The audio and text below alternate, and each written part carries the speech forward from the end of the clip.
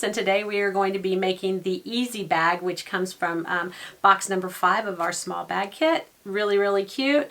So we sent out this one, and we have totally sold out. So today, while we're making the video, we're going to be using Love Story, and I think it turned out adorable. It has rickrack on it. This one has the little ball fringe, and so it's just kind of fun to see what you get in your box. So let's get started. Okay, so this is the Easy Bag from project box number 5, and it really is a very easy bag to make. It takes a couple of fat quarters and a half a yard of fabric, and so we have a couple different ones here. This is not the fabric that we used, but we have totally sold out of those kits, so we are going to start making some kits with this beautiful fabric. It's called Love Story by Maureen Cracknell.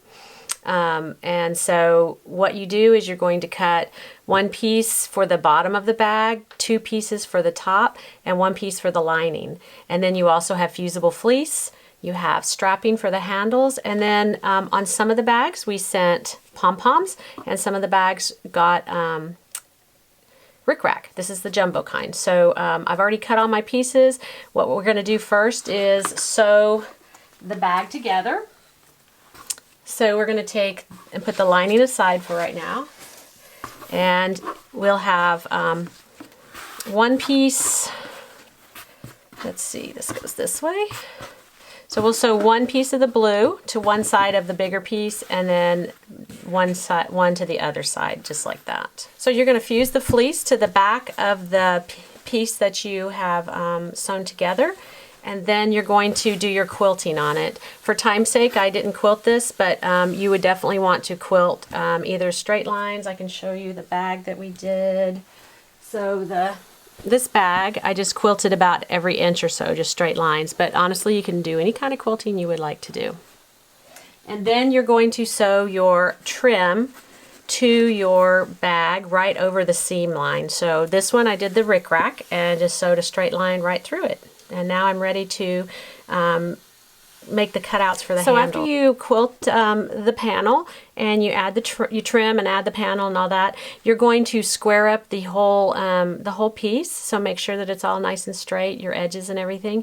And then I traced the handle opening off of the pattern onto some freezer paper, and then I found my center of the top sides, and then ironed that half circle on both ends, and then I'm going to cut those out. The thing I like about freezer paper is it's reusable, so you can when you press the shiny side onto the fabric, it sticks, and then you can peel it off and reuse it. So I cut out my little areas for the handles. I cut the 2 strappings 12 inches long, and I've pinned them to the top of the bag, and I left about a little over 1/4 of an inch, that may be almost a 1/2 inch there, and I'm just going to sew across each one. You're going to cut out a rectangle. First you're going to find the center of your bag by folding it in half, measuring it, and then you're going to mark a rectangle at each end here. I don't know if you can see that or not, and cut those out. That's going to be when you box the corners of your bag. And so next you're going to lay your lining out. And we're going to lay our bag on top of that, and then we're going to cut out the circles, the half circles. We're going to cut out the rectangles and make sure that this is all the right size, and then we're going to sew it all together. So I folded it right sides together, and I sewed up the side seams on each side, and then I pressed the seams open. Next I'm going to take one of the corners, and I'm going to open this up, and I'm going to sew across the corner like that. We leave one corner open because that's actually what we're turning the bag through. Okay, so we sewed 1/4 and left the other corner open. So I'm going to set the lining aside for right now. And then next you're going to fold your bag right sides together, sew up the side seams. I like to press the seams open, and then we sewed both corners shut. And then once you finish all of that, you're going to turn the bag right side out. And you'll take it to the ironing board and press everything that you just did. And I like to actually, when I get to the ironing board, I like to actually press from here to here on each side of the seam so that it gives the bag a little bit of a bottom, if you will. And also you could do a little bit of top stitching if you wanted it to stay nice and flat like that. Okay, so I've pressed everything and now I've got it right side out. The lining is still inside out. So you take the lining and you're going to slip the bag inside the lining. And then you're going to sew all the way, you're going to make sure you get everything pinned all the way around the top. So I'm going to, and then you'll be sewing all the way around the top. So it's going to look like your bag is totally sewn together at the top, and then when we get finished we'll be pulling it through this little corner right here. So I'll get this all pinned and sewed so you can see what it looks like. So I trimmed my corners and then I need to clip my curves right here. You have to clip the curves or it's not going to turn very well. So just about every ½ inch or so, you're going to clip in.